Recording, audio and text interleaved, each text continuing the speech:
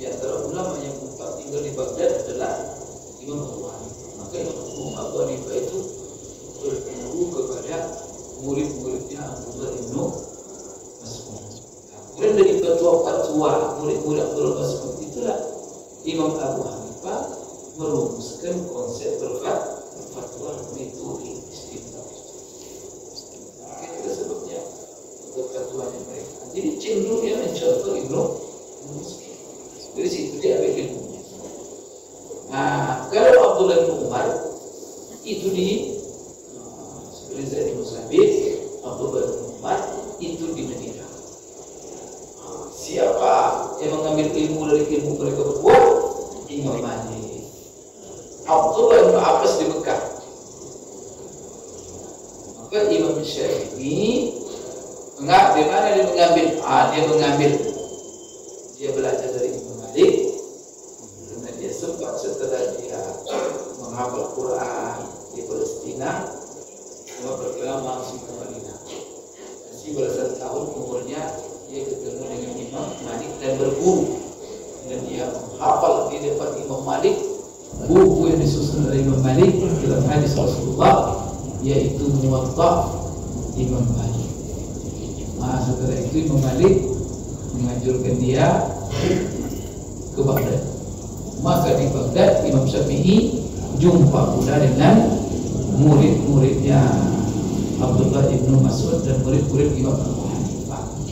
Tapi Imam Abu Hanifah, Imam Syafi'i tidak jumpa. Kenapa? Karena tahun lahirnya Imam Syafi'i 150 Hijriah itu adalah tahun wafatnya Imam. Maka dia tidak jumpa. Tapi Imam Syafi'i berguru kepada murid-murid Imam Abu Hanifah. Berarti dia menghitung antara tiga mazhab. Belajar dari Imam Malik, Imam Syafi'i, belajar dari Imam Abu Hanifah lewat murid-muridnya, dan dia di Baghdad juga jumpa dengan Imam Ahmad. Dia Imam Syafi'i ini paling hebat itu, karena dia kumpulkan seluruh ilmu ulama yang mana gurunya macam itu. Kalau mau bermazhab yang paling bagus bermazhab dengan mazhab Syafi'i. Karena paling matang. Bismillahirrahmanirrahim. Hadis tentang cincin kemarin yang kita baca adalah bagaimana Rasulullah SAW memakai cincin.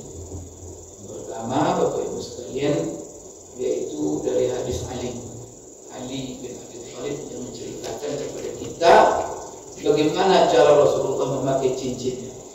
Maka Ali menceritakan kepada kita, Nabi sallallahu alaihi wasallam kana yalbas khatamahu fi yaminihi.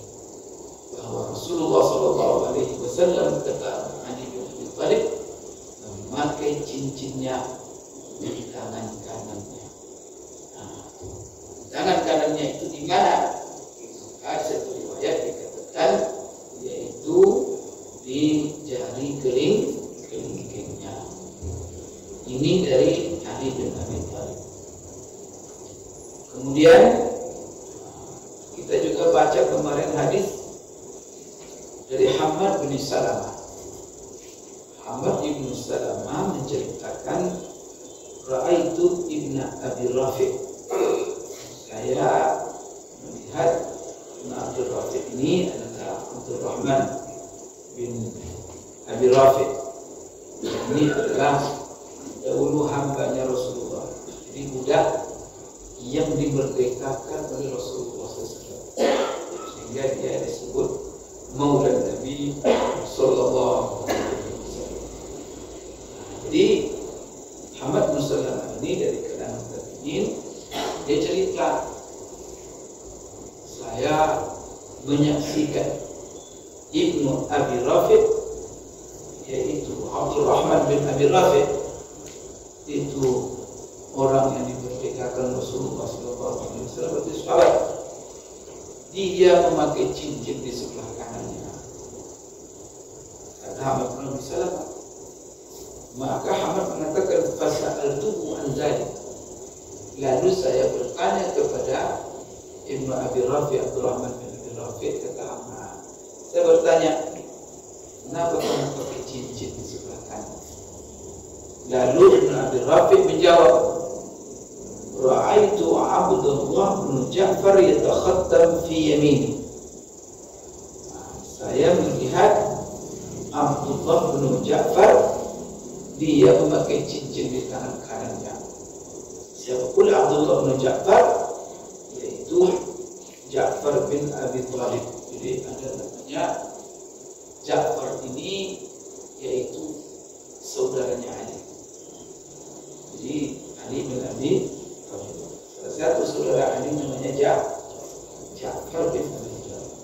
Ja'far ini punya anak namanya Abdullah. Berarti Abdullah bin Ja'far bin Abi Thalib. Jadi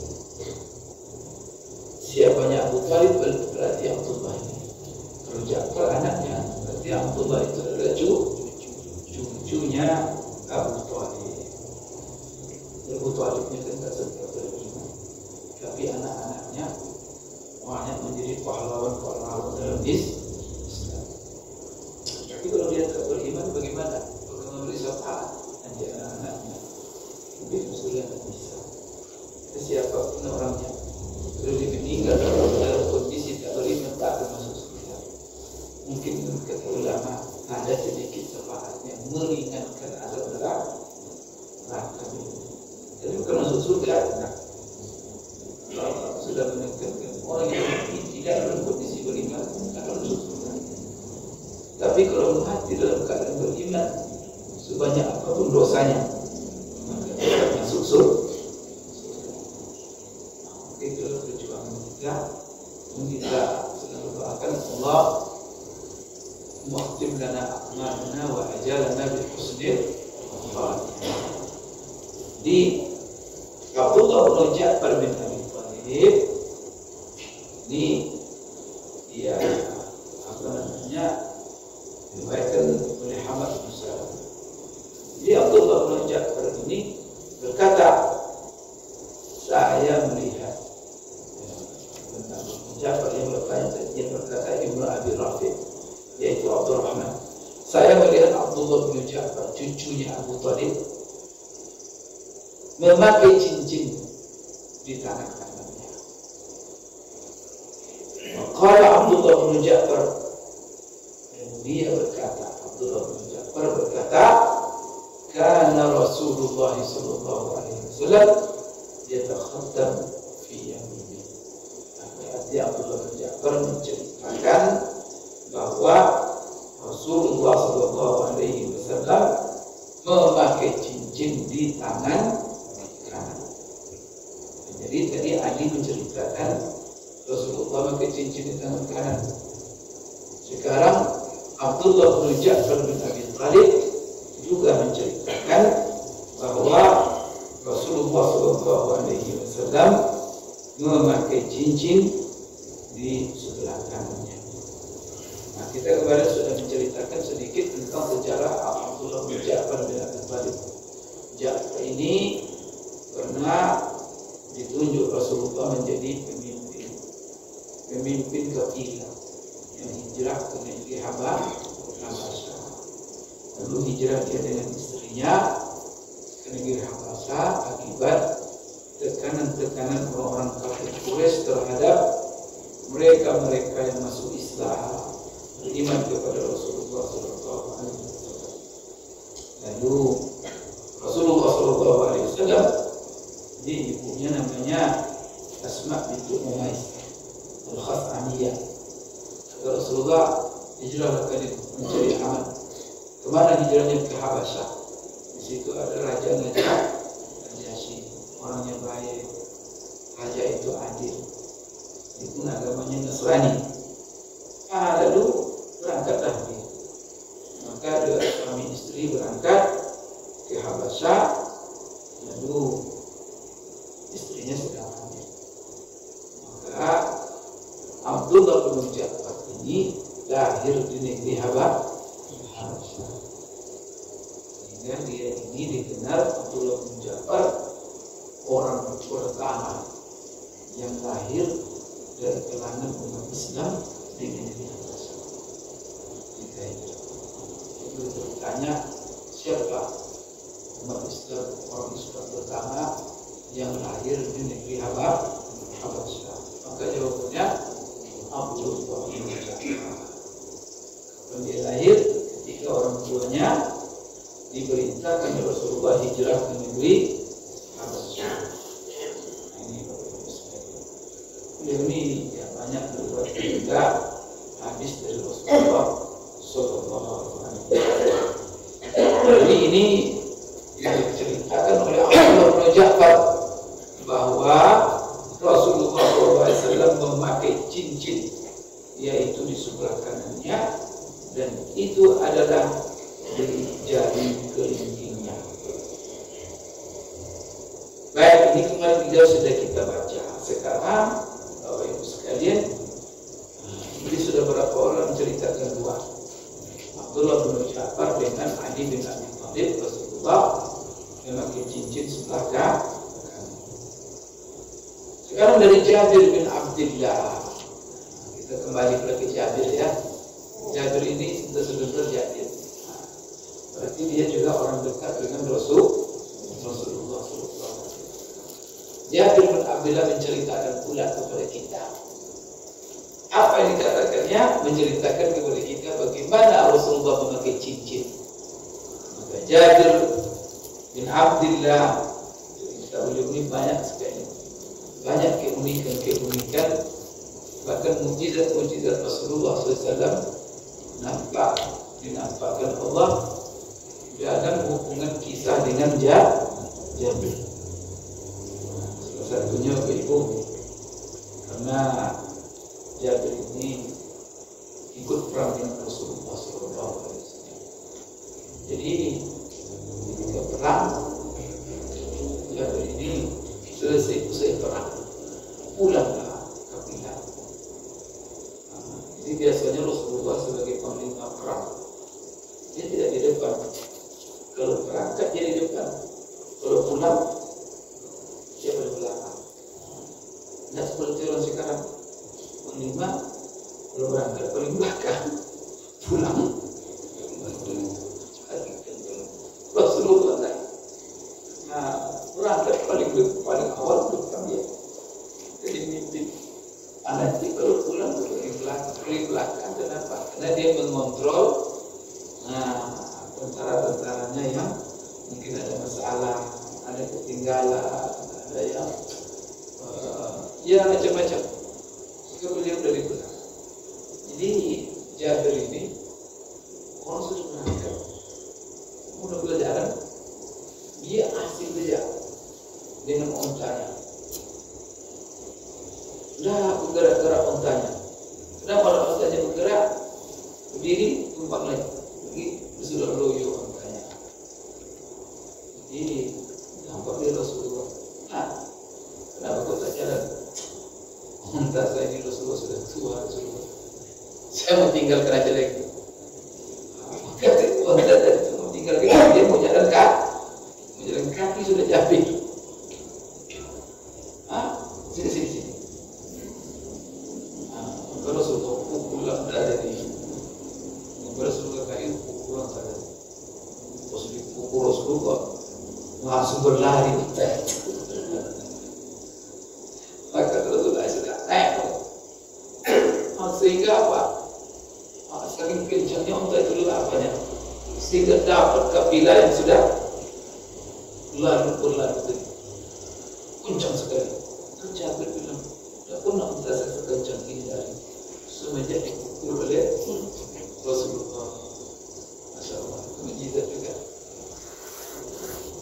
Bapak Ibu sekalian, jadi di tengah jalan Rasulullah bilang begini, Jabir, kau jual mentah ini sama saya. Rasulullah ingin pergi mentahnya. Kau jual ya Rasulullah, apa Jabir? Kau jual enggak unta itu sama saya? Jabir bilang enggak ke Rasulullah. Kasar sekali.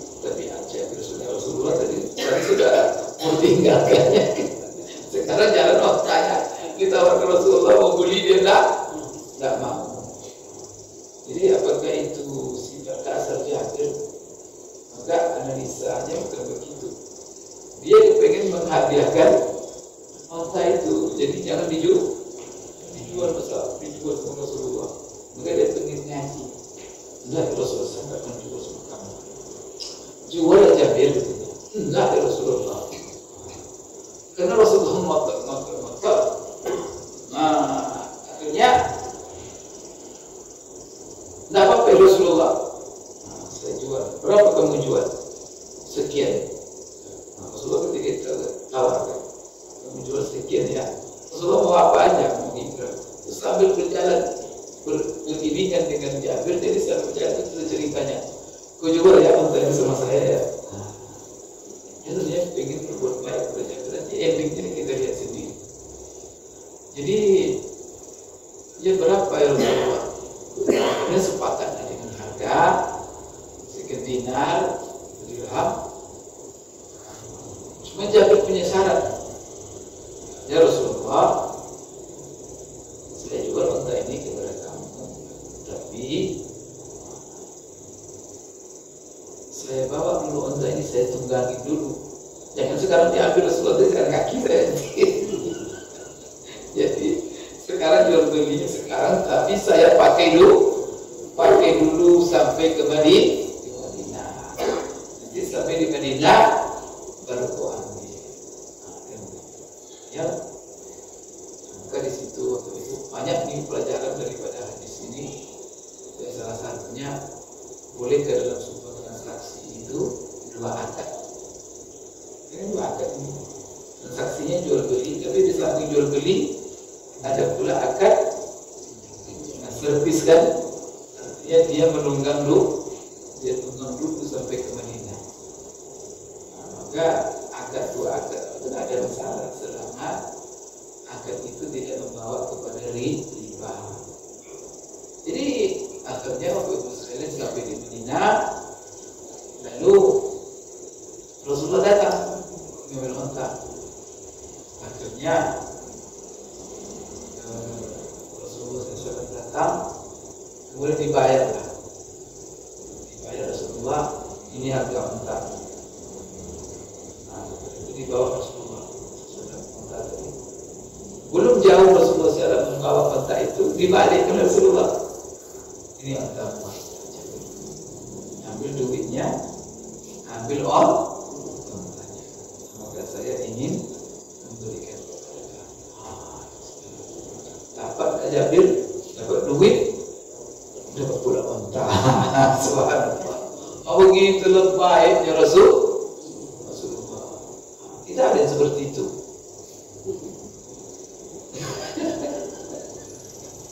Subhanallah. Ya ini kan kenapa? Karena pilihannya Jabir ini sahabat setia dengan Rasulullah. Karena dia itu suka membalas budi karena kebaikannya saja kepada Rasulullah, karena perjuangannya dalam agama.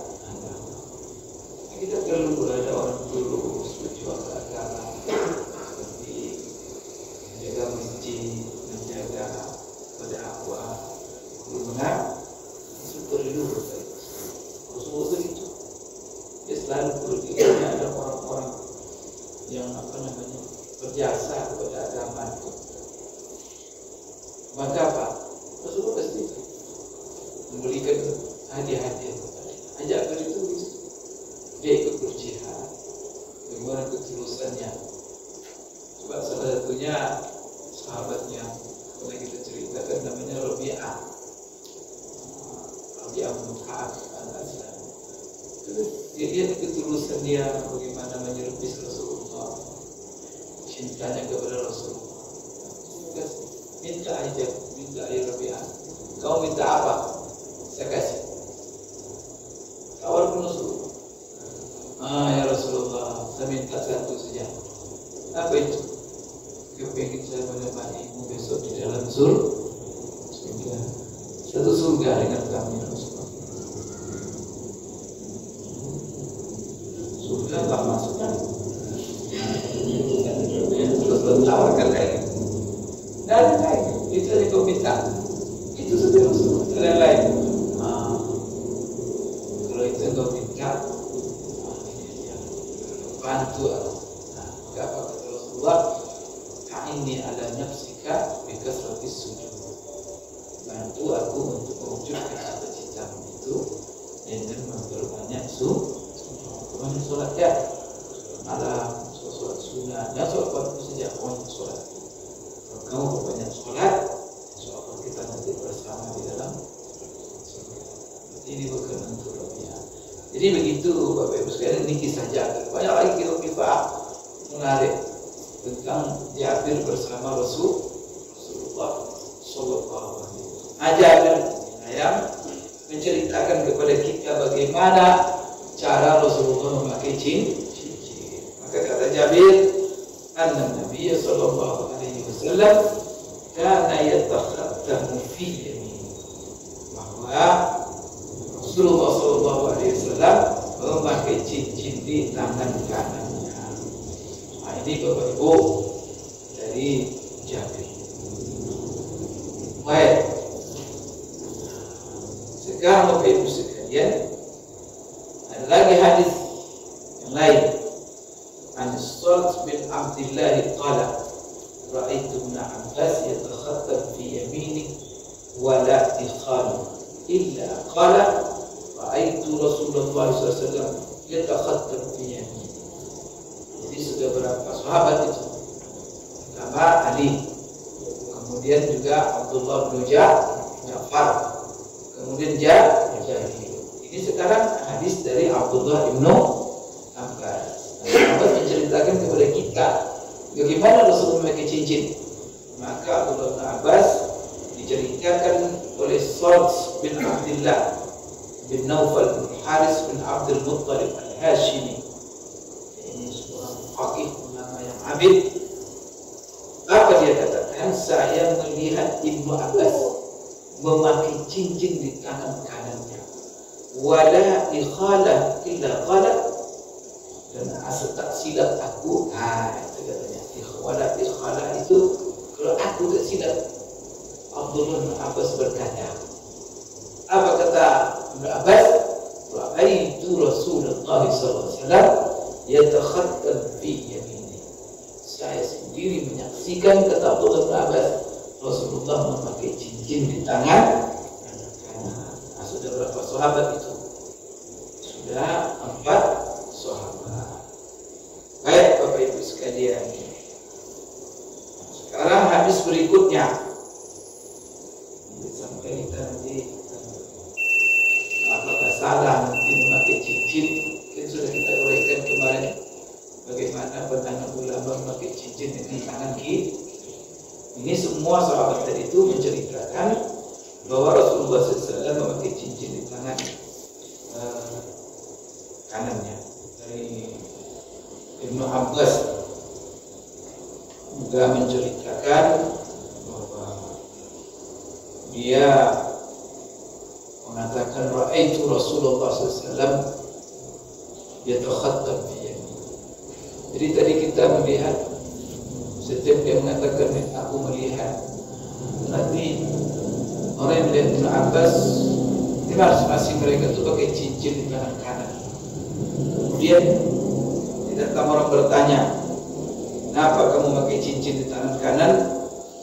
Lalu dia menjawab, saya pakai cincin di tangan kanan karena saya melihat Rasulullah Sallallahu Alaihi Wasallam memakai cincin di tangan kanan.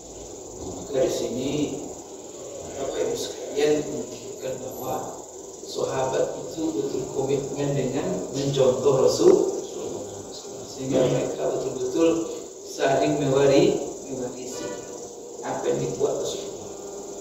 Nah, Rasulullah dicontoh oleh sahabat itu tadi. Nah, buktinya bahwa mereka memastikan, sehingga tabi'in sendiri bertanya kepada sahabat setiap gerakan mereka, kenapa kamu buat begini? Karena mereka ingin tahu bahwa apa dilakukannya itu semata-mata mencontoh Rasulullah. Maka luar biasa. Itu berkaitan walaupun generasi yang jauh dari Rasulullah SAW, maka ini contoh yang luar biasa yang perlu kita contoh Bapak Ibu sekalian daripada kehidupan mereka generasi terbaik itu. Jadi apapun nanti yang dilihatnya dari sahabat, mereka pastikan bahwa itu benar-benar dari Rasulullah sampai memakai cincin. Baik, sekarang ini kita baca hadis yang berikutnya, yaitu dari Abdullah bin Umar. Tadi Abdullah bin Abbas. Jadi sekarang tadi 4 tadi, Ali, kemudian Abdullah bin Ja'far, Jabir, kemudian Ibnu Abbas. Semua meriwayatkan, berarti ini saling menguatkan dan memastikan kepada kita bahwa Rasulullah memakai cincin di sebelah kanan. Sekarang coba kita lihat lagi hadis Abdullah bin Umar. Ani bin Umar ala Nabi sallallahu alaihi wasallam ittakhadha khataman min fiddah wa ja'ala fassahu mimma yali kaffahu wa naqasha fihi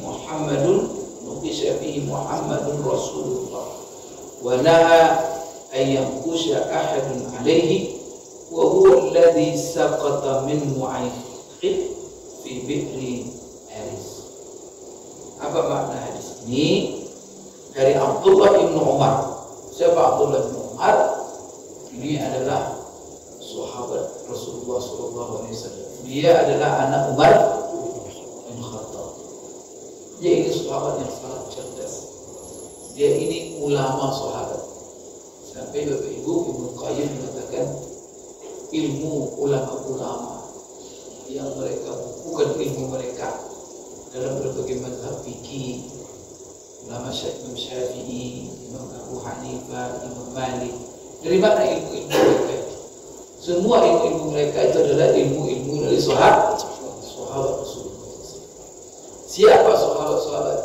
Jadi ada yang disebut oleh Ibnu Qayyim itu 4 atau 5 sahabat, yang mana itulah sumber ilmu para ulama. Dan sahabat itu dari mana? Dari Rasulullah. Maka 3 orang Abdullah, ketiga-tiga itu ulama sahabat. Siapa 3 Abdullah? Abdullah bin Abbas, Abdullah bin Mas'ud, Abdullah bin Umar. Tambah lagi 2, Zaid bin Sabit, kemudian Aisyah. Ilmu-ilmu sahabat ini, pakar-pakar ulama-ulama sahabat yang terkenal. Yang ada dari ilmu mereka, tabi'in mengambil. Jadi tabi'in menurutkan ilmu tabi'in ulama-ulama fuqaha. Maka kalau Abdullah bin Mas'ud, itulah Imam Abu Hanifah, karena dia tinggal di Baghdad. Ulama, di antara ulama yang 4 tinggal di Baghdad adalah Imam Abu Hanifah. Maka Imam Abu Hanifah itu berguru kepada murid-muridnya Abdullah bin Mas'ud. Coba ketemu langsung dengan Mas'ud, menjadikannya mengatakan tidak. Tapi dia bertemu langsung dengan murid-murid Mas'ud. Ada dari murid-murid itulah Imam Abu Hanifah mengambil ilmu. Kemudian dari fatwa murid-murid Abdullah Mas'ud itulah Imam Abu Hanifah merumuskan konsep berfatwa metode istinbat. Itu sebabnya fatwanya mereka. Jadi cenderungnya mencontoh Ibnu Mas'ud. Dari situ dia ambil ilmunya. Kalau Abdullah bin Umar itu seperti Zaid bin Sabit, Abdullah bin Umar itu di Madinah. Siapa yang mengambil ilmu dari ilmu mereka berdua? Imam Malik. Maka Imam Malik itu berguru kepada murid-murid Abdullah bin Umar yang mengambil ilmu dari Zaid bin Sabit dan juga sahabatnya. Abdullah bin Abbas di Mekah. Maka Imam Syafi'i di mana dia mengambil? Dia belajar dari Imam Malik. Dia sempat setelah dia menghafal Quran di Palestina, semua bergerak langsung ke Madinah.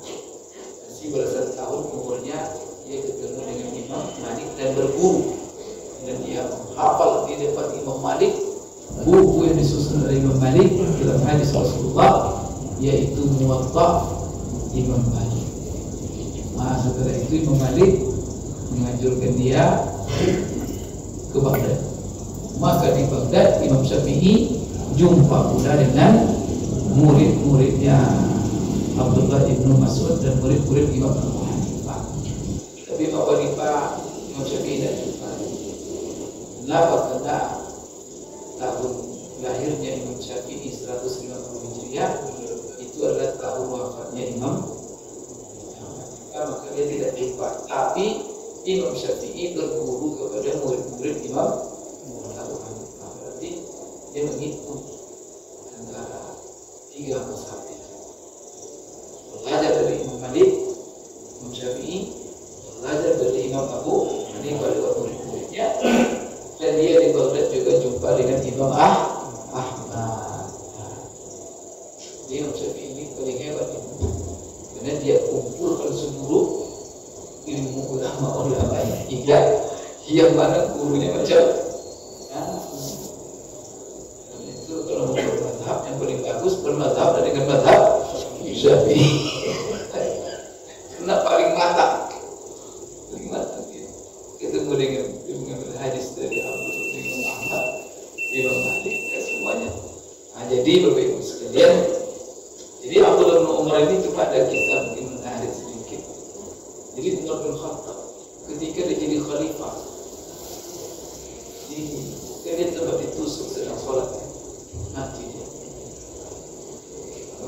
Tapi dia sempat berwasiat siapa penggantinya setelah dia. Padahal dia punya anak namanya Abdullah bin Umar. Artinya dia tuh cakap untuk dia alim, perjuangannya, cintanya kepada Rasulullah. Pokoknya sifat-sifat kepemimpinan ada semuanya pada dia. Tapi ketika itu Umar membentuk permatur.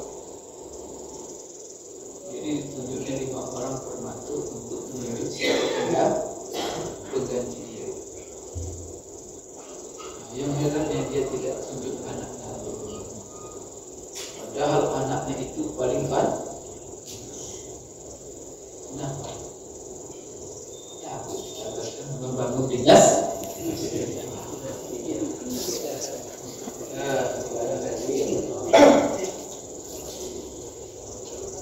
Orang kapasitas kuali cerdas dia sampai dia menjadi guru bagi umat. Tapi Umar menghindar dinas rasa. Apa kata? Walaupun layak anaknya, ini ada orang sekarang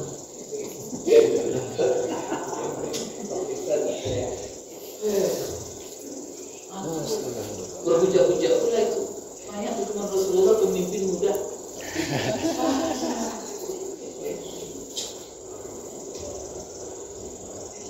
Tipu-tipu rakyat. Contoh Rasulullah. Rasulullah juga anak dia. Rasulullah tidak ada menunjuk orang-orang dekatnya. Ada cucunya, ada menantunya. Ada Rasulullah menunjuk menantunya Ali.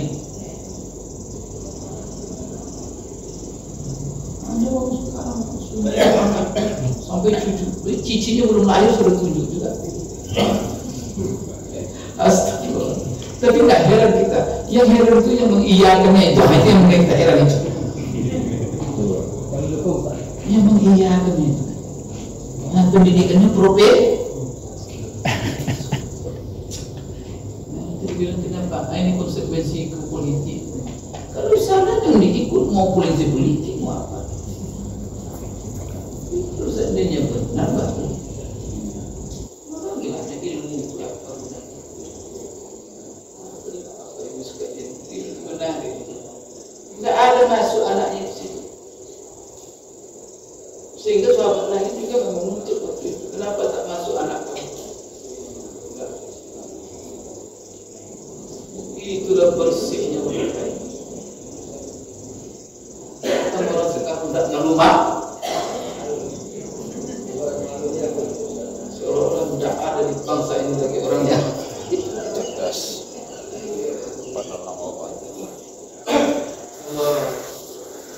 Ya. Jadi itulah yang kita saksikan. Lama hidup banyak yang bisa.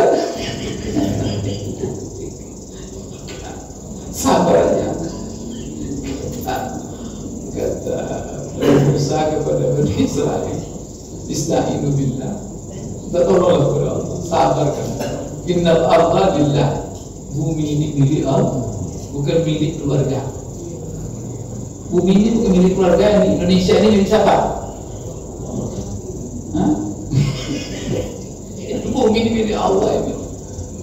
Walillahi ma fis samawati. Allah yang pemilik langit dan bumi. Ini milik keluarga. Allah menghabiskan satu detik habis semua. Nggak ada keyakinan kita Nabi Musa, bumi ini milik Allah yang bergulirkan siapa yang menjadi pemimpin yang berkuasa. Tapi yakinlah, jaga ketakwaan kalian kata Allah. Wala aqibatul lil muttaqin. Kemenangan itu pasti di tangan orang-orang bertakwa. Maka kita jaga jaga sholat, jaga persatuan dan kesatuan, jaga hubungan dengan Allah, dengan menyimpang. Dimanapun kondisi tetap istiqomah. Karena istiqomah itu susah. Kalau orang nyogok ikut pula nyogok. Ini kan udah nyogok dan kebahagiaan ini, ikut pula itu tidak sabar namanya itu. Kalau tidak ikut harus kita nggak dapat kalian jaga kita. Itu sedang membuat profesor-profesor jadi bodoh semua. Karena dia menganggap kalau tidak masuk tidak dapat jaga. Nah itu masalahnya. Maka di situ wasbiru sabar, tetap istiqomah. Baik, sekarang kita sambung ya. Hadis ini. Setelah ini hadis menceritakan Rasulullah memakai cincin sebelah kiri. Kita sebelah kanan. Nanti bagaimana itu menggabungkan hadis-hadis, satu menceritakan sebelah kanan, satu menceritakan sebelah kiri. Nah, bagaimana kita nanti insyaallah kita akan bahas. Nah, kita boleh ada. Astagfirullah li wa lakum, subhanallahi wa bihamdihi, asyhadu an la ilaha illa anta, astaghfiruka wa atubu ilaik. Assalamualaikum warahmatullahi wabarakatuh.